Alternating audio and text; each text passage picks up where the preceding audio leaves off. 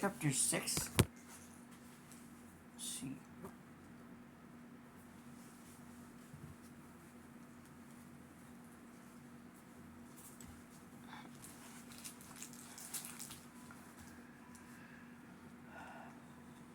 His voice was raspy. She knew she didn't sound exactly. Okay, we read that. Okay. He greeted us in a wheezy voice. I noticed an oxygen tank sitting in the corner. Surely it was dangerous to smoke in a house with oxygen tanks. I remember Rory saying that Hugh Haber had been ill. I wish now I'd paid more attention, asking more questions, but in the rush to get someone to take Hayden off my hands, I hadn't thought enough about anything. I'm so glad you made the drive to come back to Corinth, Hugh Harbour said. I wondered how he knew we'd driven. He eased back into a green vinyl armchair with stuffing protruding from one arm. There was a towel spread over the seat. I suspected the towel covered worse deprivation. Depredations means it's decaying. We don't think that Ginger could have hurt poor Craig, Hugh wheezed. Must have been some thief, don't you think? Or some guy who just saw Ginger and thought she looked good. Craig wouldn't let anyone mess with Ginger. It must be Gina. We're sure Regina didn't have anything to do with it, Martin agreed firmly. I could tell he was mighty relieved. It would have been horrible if they believed that Regina had killed Craig. No Hayden will be consolation to you, I said. But I couldn't hear any excitement in my voice, and I sort of extended the baby who'd been lying in my arms.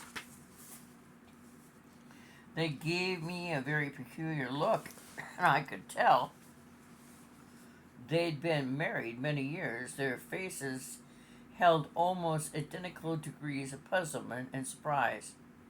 Of course, babies are wonderful things to have, Leonore said, with a distressing lack of enthusiasm. Hugh and I raised a house full of them. We didn't know you and Martin was expecting young lady.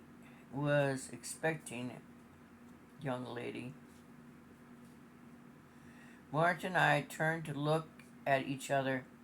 We probably had twin expressions too, and they were of sheer bafflement. I didn't think I could talk, even if I could think of what to say. Martin looked down at Hayden, back at Lenore, who was taking advantage of the break of conversation to light up another cigarette. This isn't our baby, Martin said, not sounding very sure of it. This is Craig and Regina's boy, Hayden. You would have thought we'd announced we were going to strip and have sex on the floor. Harbour's once again had twin expressions. This time shock and fascination. After they'd absorbed what Martin had said, emotion scudded across their faces like clouds on a windy day. Woo-hoo-hoo! That's good. This is the first we've heard of it, Leonore said finally. I could have sworn it wasn't the first thing she'd thought to say. Hugh nodded agreement, and the top of his bold dome glinted in the overhead light as his head bobbed back and forth. You didn't know Craig and Regina were expecting a child? Even knowing the answer, I had to ask. My heart couldn't have sunk further. It was at the level of my big toe. No, you said. They never said anything about having a baby. Are you sure this boy is theirs? We did the Twiddledum and Twiddledees thing again. Searching each other's faces. I gave a little shrug. That's what Regina told us, Martin said carefully. I had half expected Martin to be visibly upset again. But to my relief, he had returned to his more familiar persona and cagey businessman. Of a cagey businessman, his face was unreadable. His hands loose clasped each other in a relaxed way. I gathered Hayden closer to my chest. I understood that I would be taking him out of the house with me. I looked at his little pile of paraphernalia and gave a silent sigh, all to be hauled back up to the motel stairs again. How much did you see of Regina and Craig? I asked, my voice softer and simple as I could make it, and didn't want to put them on the defense. Well, I ain't been well, Hugh said apologetically. I have good spells. I was having one about the time they were married, but I ain't been so good since about late July. I'm afraid I take up most of Leonora's time. We have been fools to bring Hayden up here. I saw clearly that these people had not the resources or the legal obligation or the slightest inclination to take care of Hayden, even temporarily. How could we have been so blind? I had followed an anxious Martin's lead without a thought, consumed by my own conflicts. I should have listened to Angel. Might have. If her baby hadn't decided that afternoon was the time to arrive, Angel had figured we should stay in Lawrencetown, and she'd been right.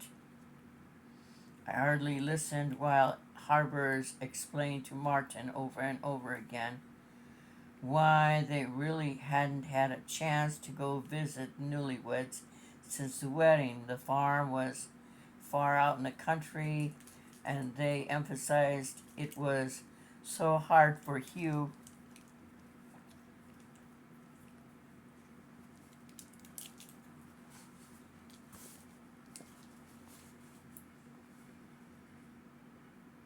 to get around. Leonore Harbor pointed out righteously they hadn't been invited. Did Craig come to see you here? Martin asked. He dropped by once or twice, the Harbors admitted, usually when that friend of his, that Rory.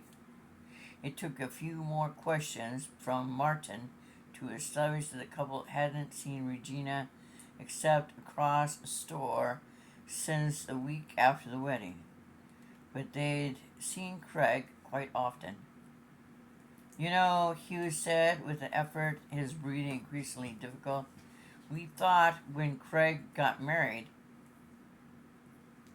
and we stood in as his folks at the wedding, we thought Craig's old ways were over. Gina been being a little older than him, we thought she'd hold him down and make him toe the line. We were, well, I guess Leona and I made a little ashamed to say it, kind of relieved. Craig turned out to be a bigger responsibility than we ever dreamed him getting into trouble so often.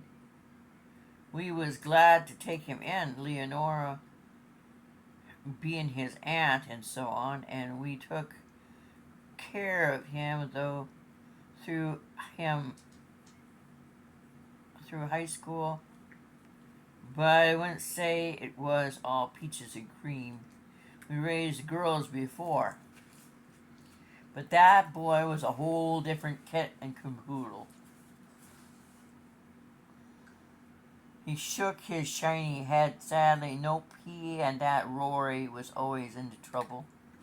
We thought for a while that it was Rory who would marry Gina.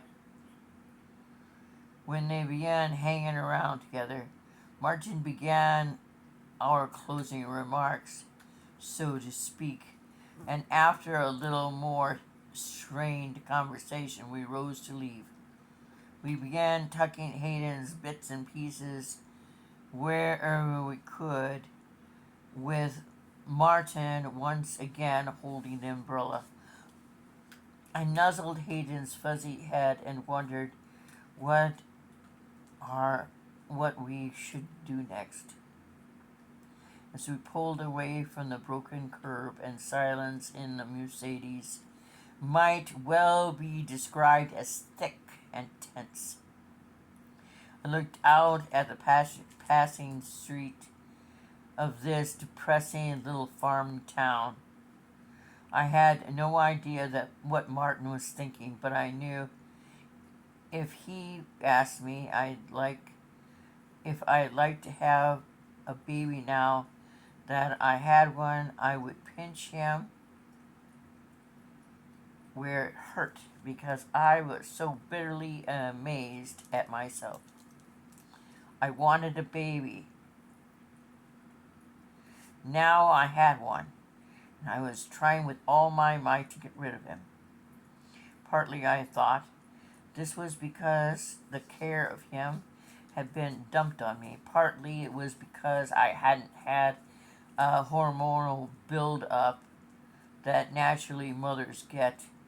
But mostly it was because I just knew that his mother would turn up sooner or later and Hayden would be gone. If the climate wasn't Regina, it would be someone else with a better title to this child than mine, which was almost non-existent. What point was there in lining up more pain for myself? She needs to admit she loves that little boy. I felt better once I admitted all this to my secret heart. While we waited for the red light, I looked over at Martin, who was staring out the window at the bare trees. The sky had that leaden gray look, and often passes a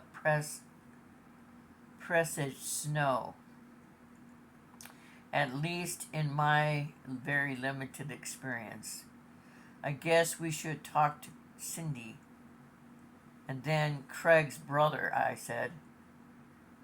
I didn't sound excited about it. Yes, we need to, my husband agreed, turning to look across as he did me. We need to track down Roy and see if he can get any more out of him. And we probably need to move our stuff out to the farmhouse. It'd be a lot easier than with a stove and refrigerator in more than one room. It'd been being in the care of Hayden, I noticed it. We weren't saying one word about walking out of the Haber's house with him. When we'd gone in with the resolve of leaving the baby in Craig's family, I wondered if the police have been out there to the farm, I said, the idea sort of slipping into my head sideways. Martin looked surprised, then thoughtful. You'd think they'd want to see if anything Craig and Regina left out there could explain what happened, he said.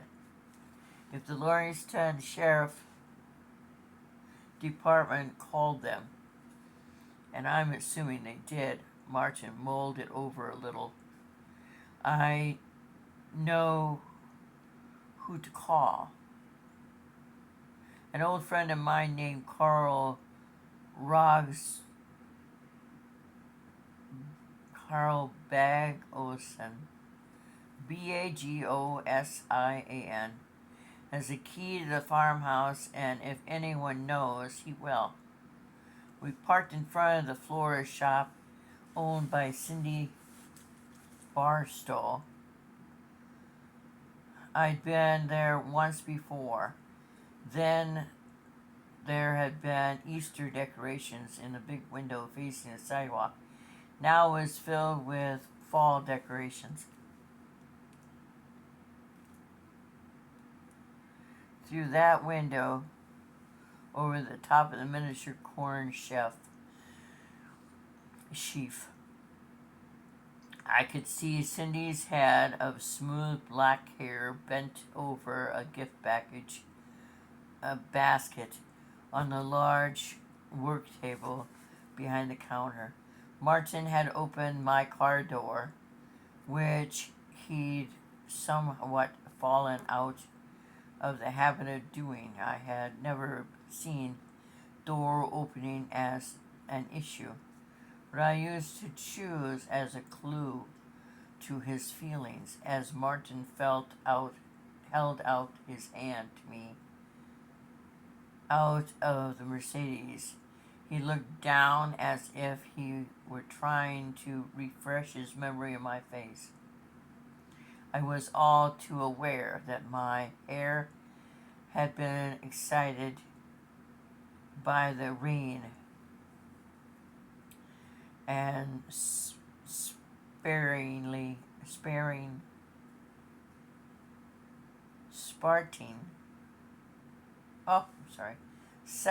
my eyes tired into streamers, with waves and curls interrupting their wild flow.